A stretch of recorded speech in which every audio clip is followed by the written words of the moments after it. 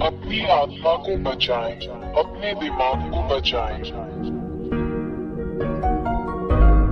अपनी आत्मा को बचाएं, अपने दिमाग को बचाएं। अपनी आत्मा को बचाएं, अपने दिमाग को बचाएं।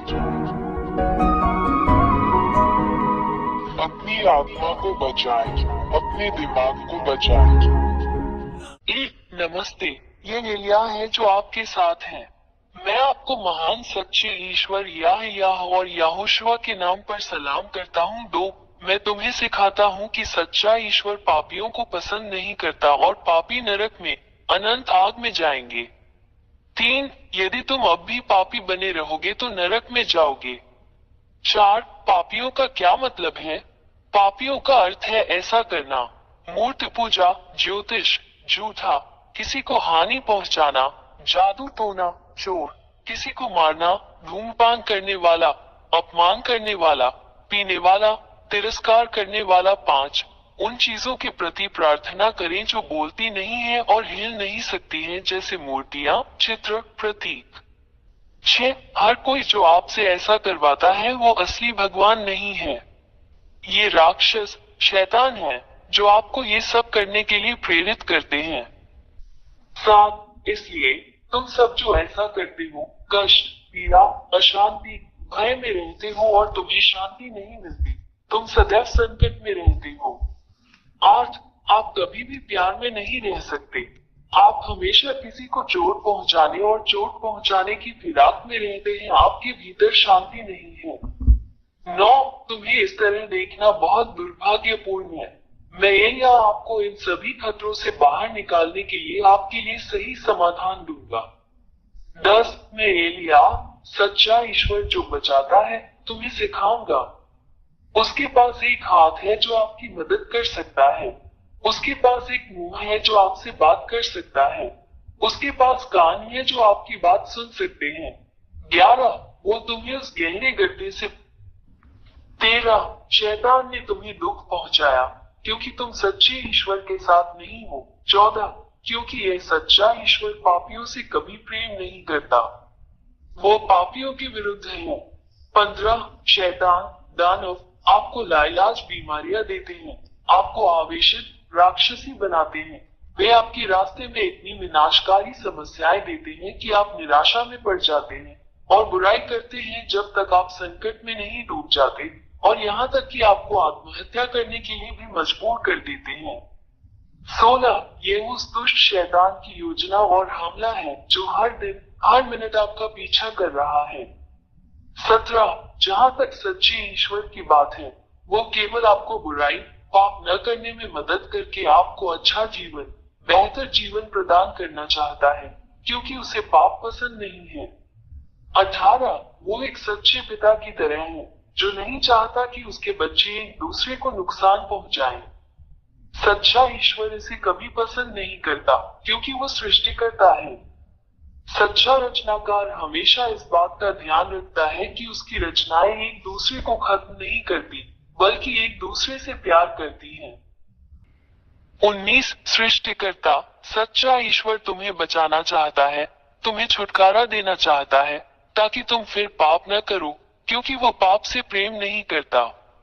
20, यदि आप गैर पापी बन गए हैं, तो ये सच्चा ईश्वर यही करेगा: सभी असाध्य रोगों का इलाज, राक्षसों को अपने से बाहर लाओ, अद्भुत अच्छी चीजें दे, पुष्टि के साथ शांति दे, बचाए जाने का भरोसा दे, महान अक्षय आनंद दे।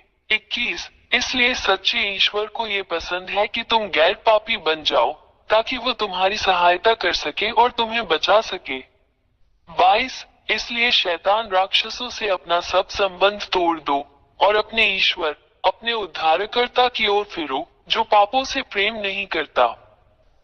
23, यदि तुम इन हत्यारे शैतानों के साथ अपने सारे रिश्ते तोड़ दो, तो तुम बच जाओगे और तुम्हें शाश्वत जीवन और शाश्वत शांति मिलेगी।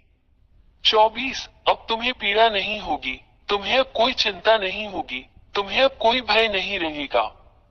25, आप अनंत जीवन की प्रचुरता में रहेंगे, हमेशा आनंद की परिपूर्णता में। अब आप किसी भी चीज से नहीं डरते हैं, और आपके पास सभी शैतानों और राक्षसों को जीतने और खत्म करने की ताकत है। 26 मैं एलिया तुम्हें सच्चे ईश्वर के साथ रहने के लिए आमंत्रित करता हूँ। उसका नाम यहोवा है। उसके होते हुए तुम्हें कोई नहीं हरा सकता। आप विजेता हैं और हमेशा विजेता हैं। 27 क्या आपको ये पसंद नहीं है?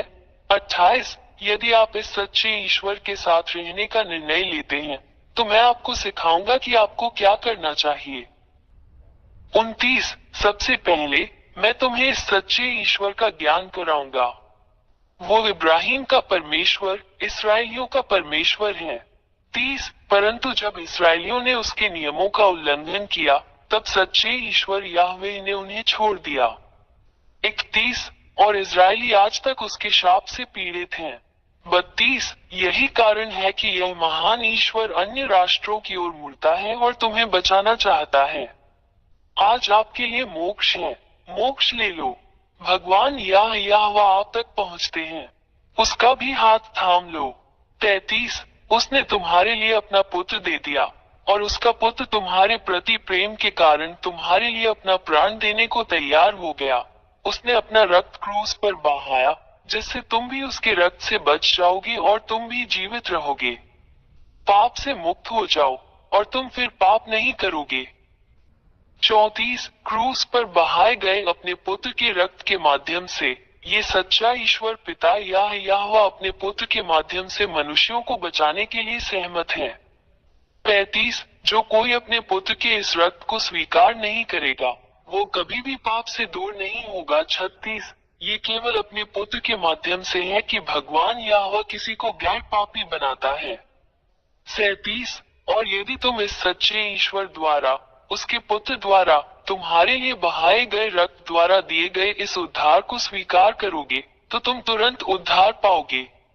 38 और इसके लिए कि इस महान ईश्वर के समक्ष सब कुछ सही हो तुम्हें उसके पुत्र से बपतिस्मा लेना होगा जिसे यहोशुआ कहा जाता है।